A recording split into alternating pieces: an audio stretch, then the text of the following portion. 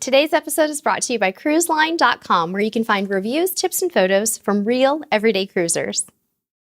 Hey cruisers, considering a solo cruise? Hitting the high seas alone can be one of the best types of solo travel, and we've gathered some tips from experienced solo sailors to help you get the most of your next cruise adventure.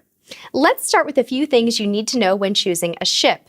The good news is most of the major cruise lines are showing a little extra love to solo cruisers these days by providing solo cabins, a solution to the dreaded solo supplement that forces solo cruisers to pay double occupancy if they cruise alone.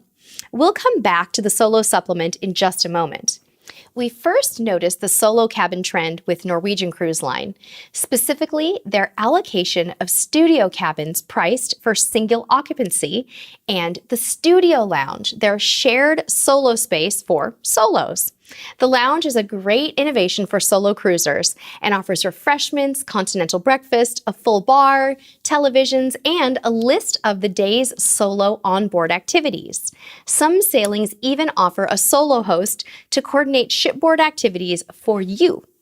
Other lines like Royal Caribbean, Holland America, Cunard, and Celebrity have taken similar steps with purpose-built solo dedicated rooms. But is the availability of solo cabins all you should base your decision on when choosing a ship? Well, it's certainly a good start, but of course there are lots of other factors. Destination and pricing are always major considerations, but solo cruisers looking to mingle will have other things to consider. The trend these days is toward larger ships, but that may not be the best option for solo cruisers. Smaller ships will likely be more social, and you'll have more opportunities to see the same people again and again, if that's what you're looking for.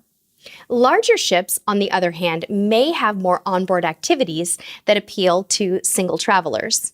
And speaking of activities, booking a themed cruise can be a great way for singles to meet like-minded cruisers. We're continually surprised by the variety of theme cruises available these days.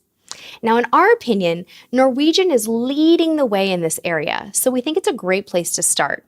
Some of their ships offer those awesome single lounges we mentioned, and you don't even have to book a solo cabin to use the facility and hang out with other single travelers.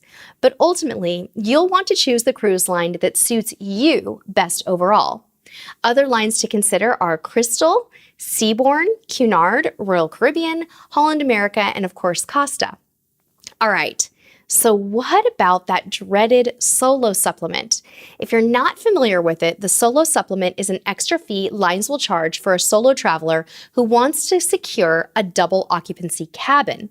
It can be as low as a 10% supplement of the cruise fare to as high as 100%, where you're essentially paying the same price as two people would pay for the cabin. The problem is many ships have extremely limited single occupancy cabins, and they tend to sell out fast. It's a supply and demand thing, folks. Sadly, there's no guaranteed solution, so it's best to book early, do your research, and watch for sales. Keep checking your cruise line's website and subscribe to email alerts. You can also watch the singles forums on popular cruising websites. The truth is, solo cabins aren't always a good deal, but you do have other options. Solo cruising experts report that often a good deal on a standard cabin can indeed be cheaper than a solo cabin. So work with your travel agent to scout for bargains before you make the decision to cruise in a solo cabin. So how about the whole dining situation? We hear that this can sometimes be the most tricky predicament for solo cruisers. There are at least two things to think about here. First, for those who don't want to eat alone, you can take steps to ensure you'll have table mates you'll enjoy sharing the dining experience with. The first option is to roll the dice and accept assigned seating in the main dining room and hope for the best.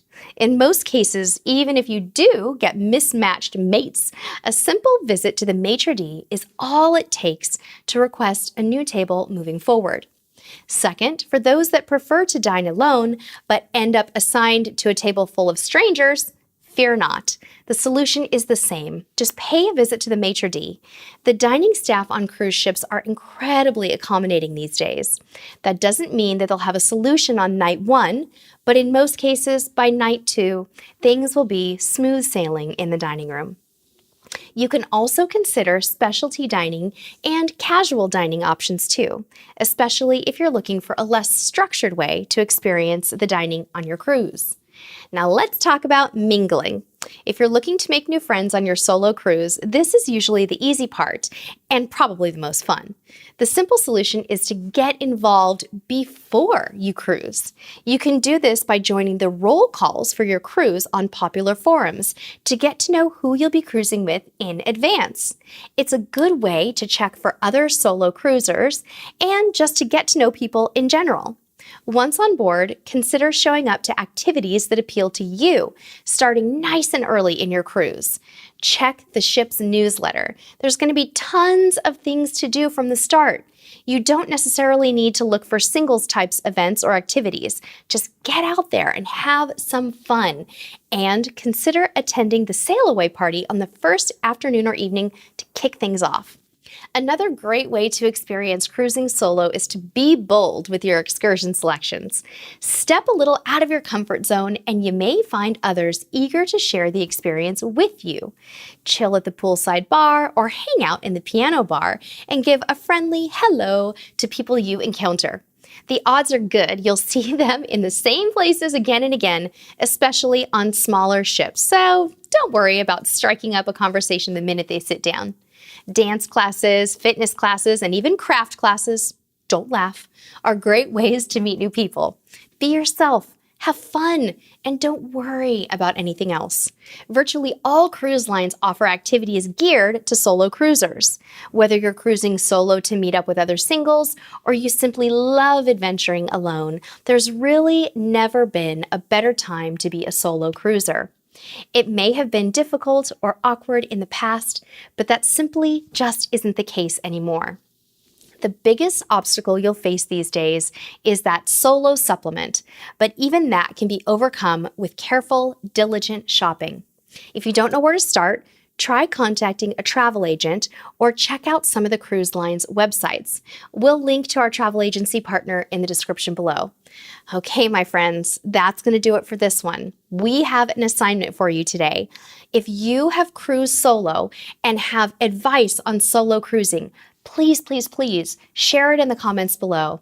Thank you so much for tuning in, and until next time, we'll see you on the high seas.